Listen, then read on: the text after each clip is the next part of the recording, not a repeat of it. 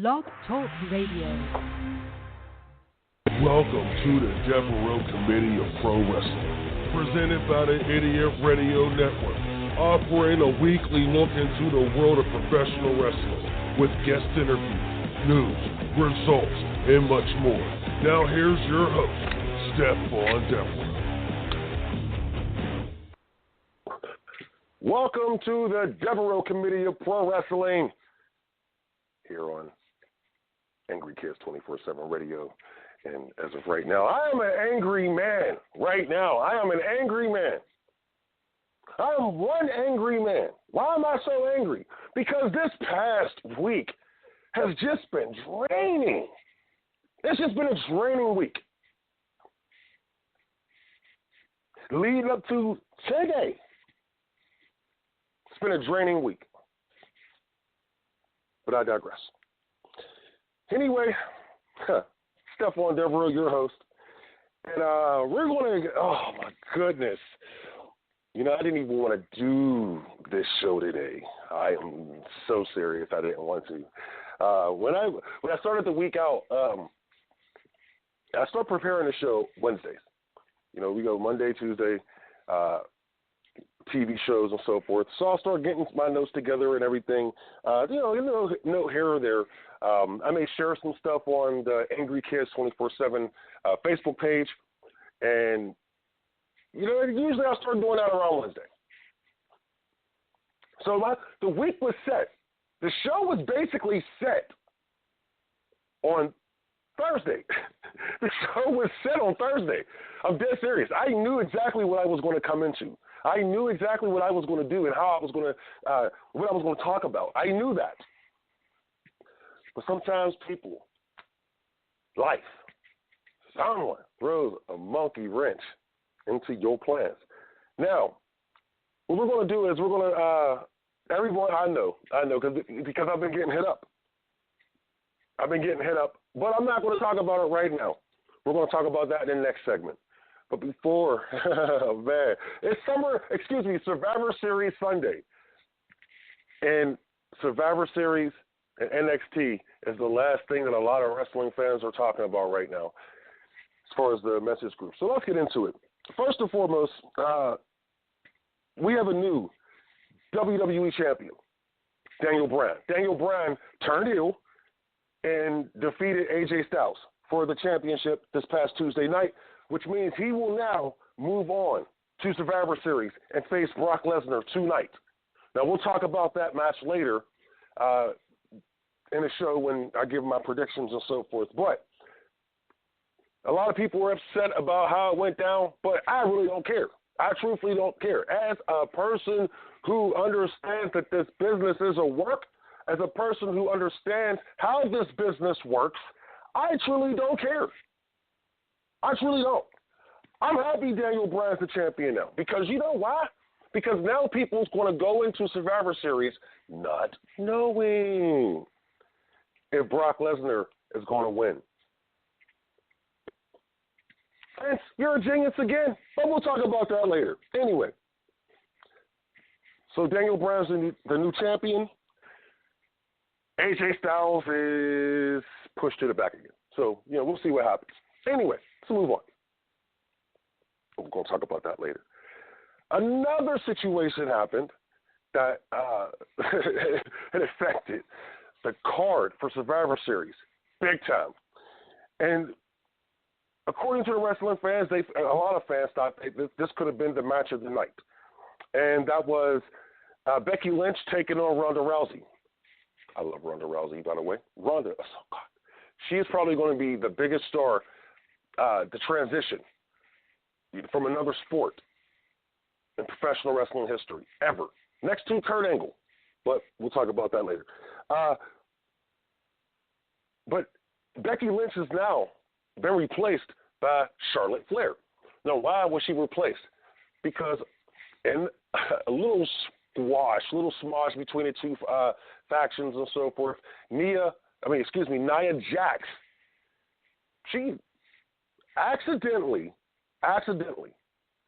hit Becky in the face and busted her face up and gave her a severe concussion. Now Becky is out of this match. Now, there's been a lot of debate over what happened. You know, and I've heard so many different stories. I heard that Becky stiffed Nia first and Nia got some revenge. I don't know, but who cares? It happened. It's an accident, in my opinion. And right now, that did have a big impact on this card. In my opinion, I think it made it better because Charlotte Flair versus Ronda Rousey, from what I understand, was going to take place at WrestleMania, so they moved it up to this past week or to this weekend, which was cool. I get that. But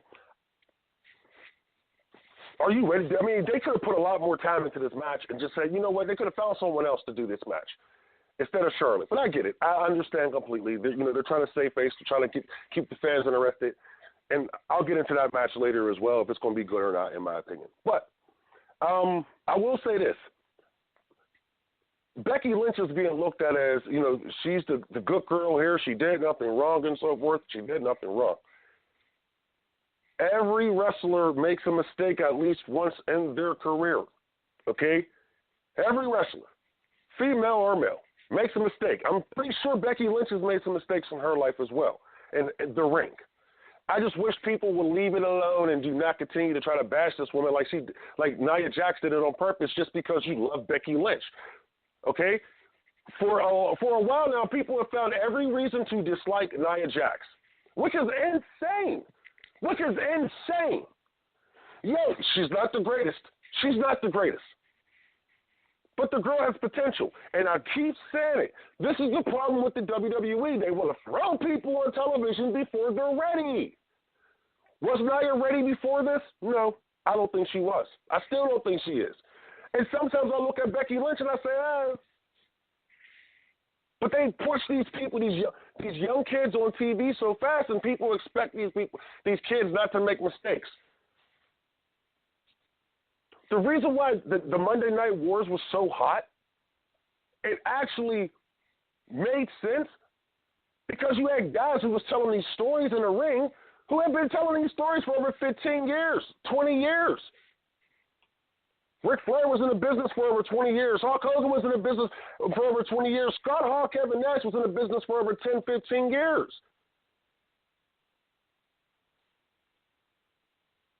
Steve Austin, on the other side, he was over because he was taught by a guy who was in the territory system.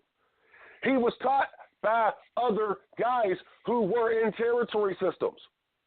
That's why Steve Austin, in my opinion, was able to get over so fast because he was taught. These kids don't have an opportunity to be taught. They're in a class full of, let's say, just look at it from a school perspective. If you're in a class full of 30 students, you got one teacher, how the hell are you supposed to learn? And that's usually what's taking place in a lot of these wrestling schools on the independent scene, and somewhat to the effect that at the Performance Center, from what I understand. I've never been down there, but come on, think about it. What do you expect? These accidents are going to happen. I'm surprised more hasn't. You sit here and destroy this girl, Nia Jax, because you don't like her. But you say nothing about Seth Rollins for the guys he has hurt. Samoa Joe for the guys he's hurt. And Samoa Joe, out of all people, should have known better. Yes. So think about that. But we're going to destroy this girl, a young professional wrestler. She's green. And for the other wrestlers to go out, the only one who I was checking out Bubba Ray Dudley's podcast, and the only one that really hasn't destroyed her was the Big Show. Because she's a big girl. She's strong. She's powerful. One slip can bust somebody up. It's just that simple. That's pro wrestling. Do I give Becky Lynch credit for what she did afterwards? Of course. She didn't go back whining and crying, but then you go to social media and Twitter, and unless the WWE is using this to help get Nia over, then they should just shut everybody down from talking about it. It's just that simple. Shut them down from talking about it so this is not a big story, because what you're going to do is you are going to alienate this one girl that you actually see potential in, that you are actually investing money in. You are investing money into this girl's character right now.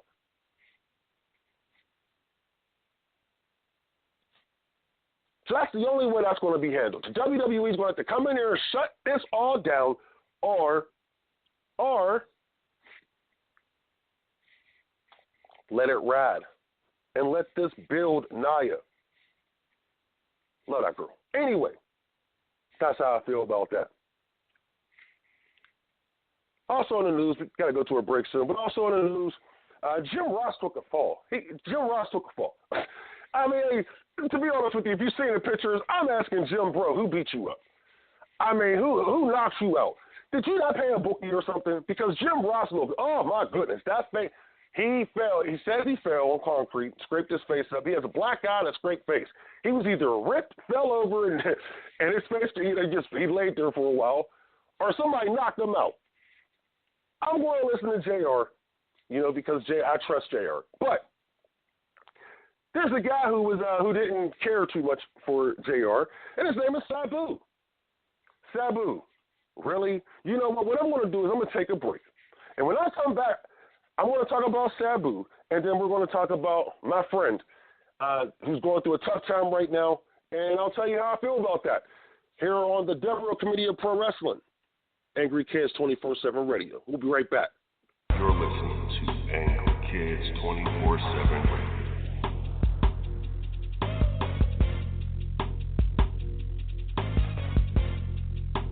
Angry Kids 24/7 Radio. How to text a guy to keep him interested. It's a question many women ask daily. Well, Amy North believes she has found the answer with How to Text a Guy to Keep Him Interested. It's a new course that she has put together, and it's helping ladies all across the world. You can go to howtotextaguy-to-keep-him-interested.weebly.com for more information. Amy says she has the answer, so find out there at howtotextaguy-to-keep-him-interested.weebly.com. Recovery from mental and substance use disorders is real. You can recover. It's possible. It happens every day. Never give up on yourself. Discover hope and help. I thought I was too far gone. I wasn't. Join the Voices for Recovery. The world is a beautiful place again. For 24-hour free and confidential information and treatment referral for mental and substance use disorders for you or someone you know, call 1-800-662-HELP. Brought to you by the U.S. Department of Health and Human Services. I'm getting older. Do I need to worry about falling? Yes, you do. Each year, 1 in 4 people 65 and older will experience a fall, and many will be serious. The majority of falls happen at home, so remove things that could make you trip and install handrails to keep you steady. To learn more about the steps you can take to help prevent a fall, please talk to your doctor. You can also visit aarpfoundation.org or medicaremadeclear.com/falls. This message was brought to you by United Healthcare and AARP Foundation. You're listening to Angry Kids 24/7 Radio.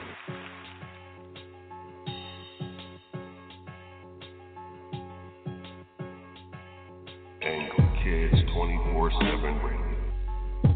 Discover the weird. And we are back. The Devereux Committee of Pro Wrestling, Stephon Devereux, Angry Kids 24/7 Radio. Oh yeah, we doing big things. Got some big announcements coming up in the next few weeks. Don't want to talk about that right now. We got some bigger issues to put on the table here on the Devereux Committee.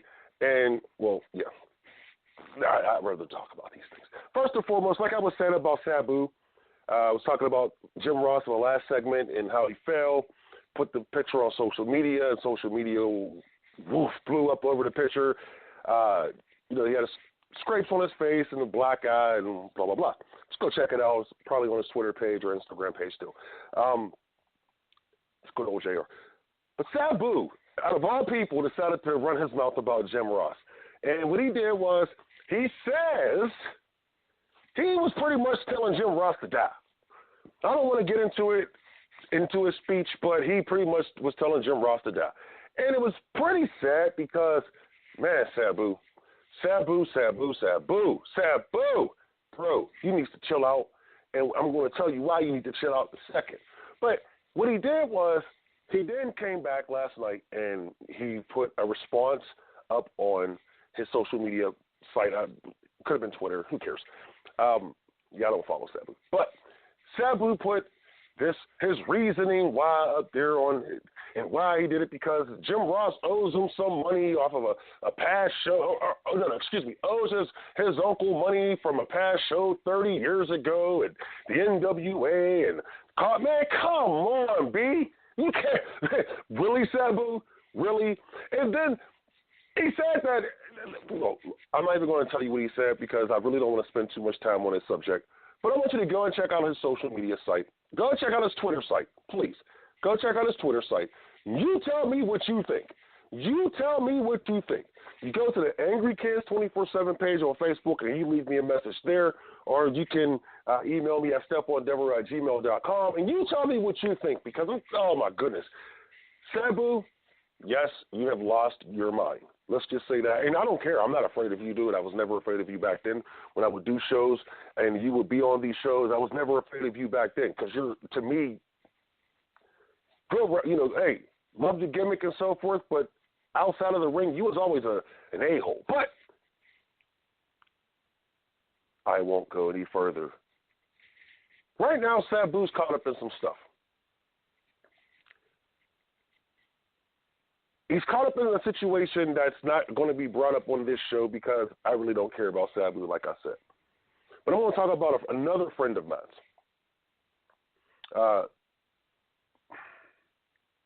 Look, there were some allegations made by a 16-year-old girl in Massachusetts that she was at an indie show and she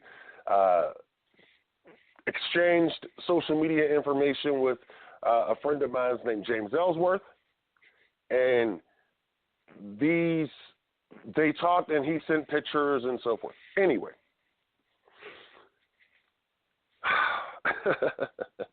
see, the reason for people was waiting for me to do this because I didn't really do too much except for in a wrestling group. But let me tell you what I feel. These are allegations, and can he get some that due process? Can we let this thing play out, please? Because a situation happened recently with another pro wrestler, Enzo Amore, and her story, the girl kind of cracked.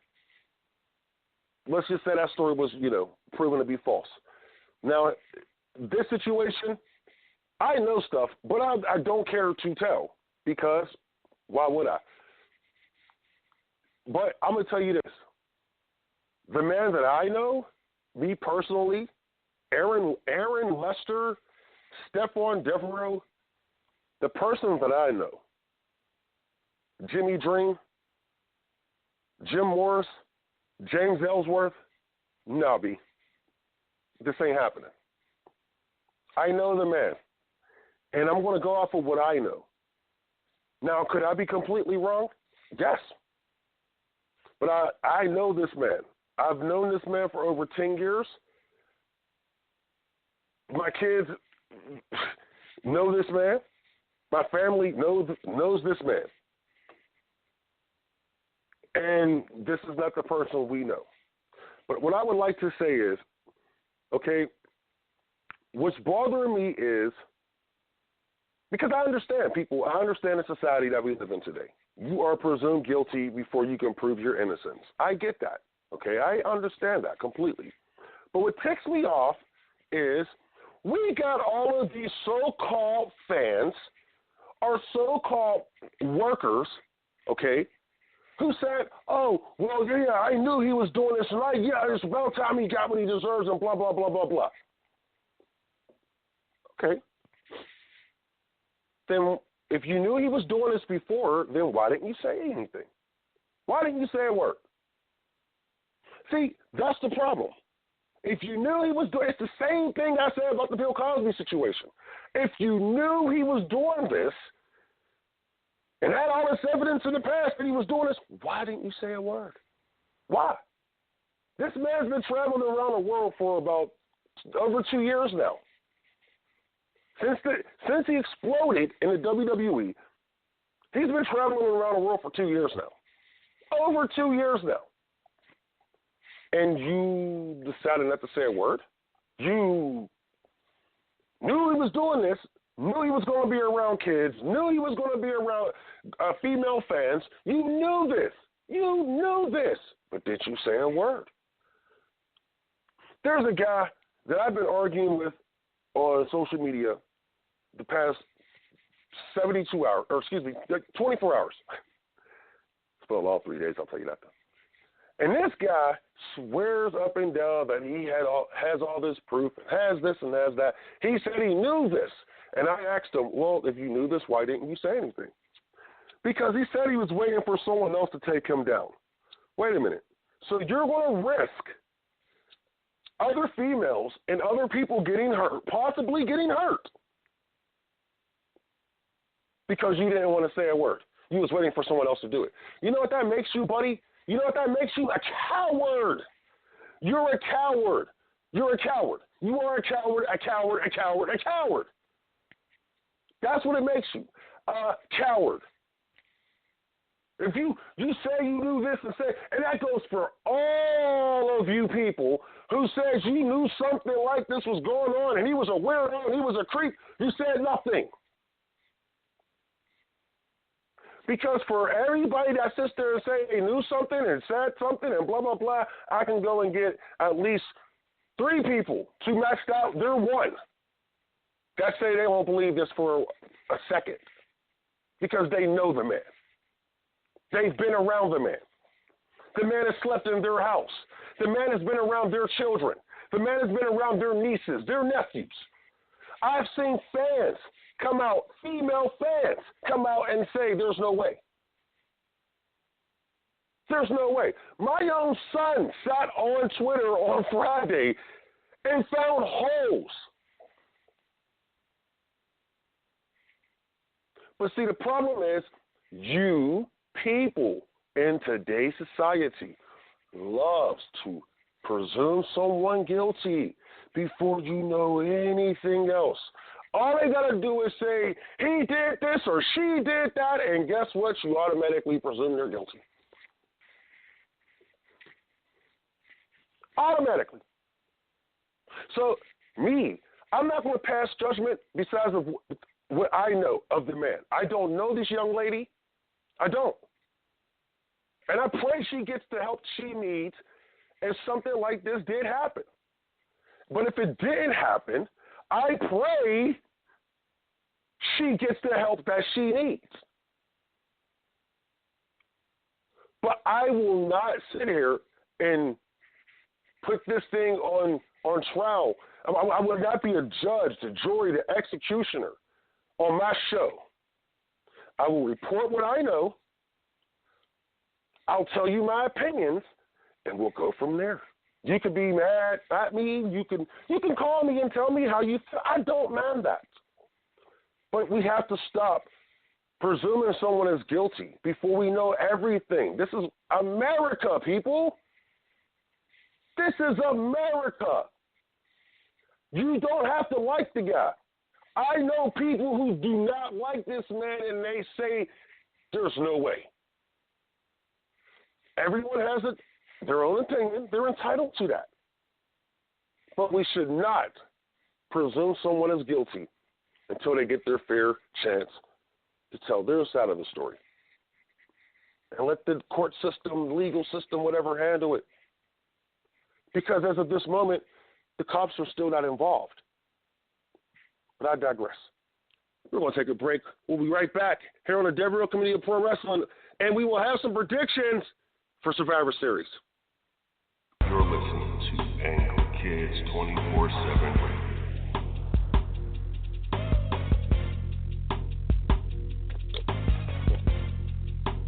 Angle Kids 24/7 Radio. Okay, we're back. Okay, Stephon Devereux, the Devereux Committee of Pro Wrestling. Okay, yeah, we were told that. Yeah, the time is gone. Okay, I get it. Survivor Series. Oh, man. Now, Survivor Series is one of my favorite pay-per-views of the year. It's not the same as it used to be, when all the matches were elimination matches, 5-on-5 elimination matches. I mean, that was the greatest idea. One of the greatest ideas next to the Royal Rumble. By the way, shout out to Pat Patterson, I really want to give you a shout-out because, you know, I've seen a documentary recently, and I said, man, there were so many things that Pat Patterson contributed to this business. And he deserves some credit right now because the wrestling business can use a Pat Patterson. Anyway, I digress. Let's go to the predictions. Okay, first and foremost, I'm only going to talk about a couple matches, the main matches, in my opinion. Of course, as always, that's how I do it. Okay, so we got for Daniel Bryan taking on Brock Lesnar. Now, I told you earlier that Daniel Bryan became the new SmackDown champion, WWE champion, and, you know, Brock Lesnar, he's the Universal champion, and boom. Well, Daniel Bryan's also a heel, so this is kind of weird now because Brock Lesnar is more of a tweener than a heel, than a babyface. He's right there in the middle, and Daniel Bryan, even though he is a heel, these fans are going to cheer him.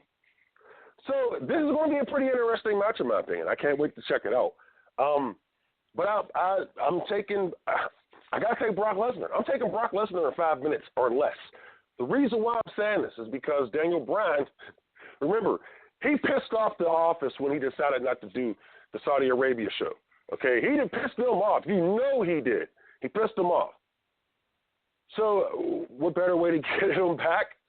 Oh, you give him the championship, put him on the pay-per-view against your beast, Brock Lesnar, and let Brock Lesnar maul him for 5 minutes. That's how I think the match is going to go down. Brock Lesnar is going to beat him in 5 minutes or less. Could be wrong, but I don't think so. Anyway, yes. The other match I'm really, really interested in is the Charlotte Flair versus Ronda Rousey match. Now, look, I didn't put too much thought into this match. I'm going to be honest with you. But I really think this is going to be a classic. If they let these females go in there and do their thing, 15, 20 minutes, I believe that this could be a classic. I know Charlotte can carry Ronda. I know Ronda has the charisma to get her spots over in this match. I know. I just don't think there's going to be a winner. I don't think there's going to be a winner, and here's what I'm saying. I think Nia Jax and Tamina is going to come in and interfere and beat the stuff out of both of these females. And Nia Jax is going to make claim and say she wants a women's championship match against Ronda Rousey. Why would she do that? Because she knocked out the girl who was in line for the title. So why not do it that way? And that's what I think is going to happen. So I'm going to have to take a no contest on that match. I'm also taking the Raw side. Raw's going to beat SmackDown in the elimination match. That's how it always happens. Braun Strowman's going to be the last guy standing for Raw, and the fans are going to be able to cheer, clap, la, la, la, la, la, la. You know how I feel about Braun Strowman. I think it's not that, man. You know how I feel about Braun Strowman. I can go into my detail about Braun Strowman, but we only have less than 90 seconds in the show. But, man, so I'm taking, like I said, Raw, and Braun Strowman is the sole survivor for Raw. And those are the matches I care about for tonight's pay-per-view Survivor Series. Like I said, if you want to hit me up, you can email me at stephondevereux@gmail.com, or you can go to our Facebook page, which is Angry Kids 24/7 Radio. So leave us a message there. Please like and the page, and promise we got some pretty interesting stuff. Some great content every day. Also, check out my latest single, "The Storm." It's in the description box. Excuse me. It's called "The Storm." It's getting some good reviews. You know what I'm saying? I appreciate it. A lot of the bloggers are out there saying their thing. Thank you, bloggers, showing me some love. But other than that, I want to thank you for joining me today and every day that you join me Monday through Friday on Angry Kids 24/7 Radio from 9 o'clock to 11 o'clock Eastern Standard Time for the Stephon Devereux Show. Nothing but old school hits and the new school classics. Thank you for joining us. We'll see you next week. You're listening to Angry Kids 24/7 Radio.